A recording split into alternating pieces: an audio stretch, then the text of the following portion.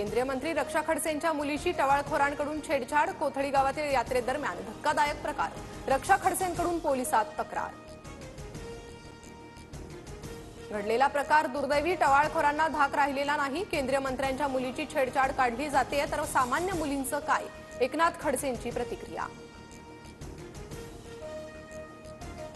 उद्या धनंजय मुंडेंचा राजीनामा, करुणा मुंडेंची फेसबुक पोस्ट। 3/3/2025 को राजीनामा होगा, #करुणा धनंजय मुंडे। करुणा मुंडेंच्या पोस्टनं चर्चांना उधाण। अजित पवारांनी 2 दिवसांपूर्वीच धनंजय मुंडेंचा राजीनामा घेतलाय। अधिवेशनापूर्वी अजितदादा स्वतः राजीनाम्याची घोषणा करणार, करुणा मुंडेंची TV9 मराठीवर खळबळजनक प्रतिक्रिया। धनंजय मुंडेंच्या वरदहस्तानेच सगळं चाललं होतं। मुंडेंचा राजीनामा झालाच पाहिजे, नाही झाल्यास त्यांना बडतर्फ करा, अंजली दमानी यांची मागणी।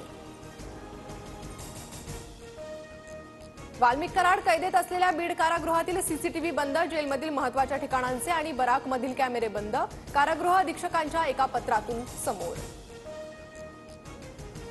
धाक न राहिल्यास कोणतीही कंपनी खंडणी देणार नाही, जो आडवा येईल त्याला आडवा करा, वाल्मिक कराडच्या सुदर्शन घुलेला सूचना, सीआयडीच्या आरोपपत्रात स्पष्ट उल्लेख।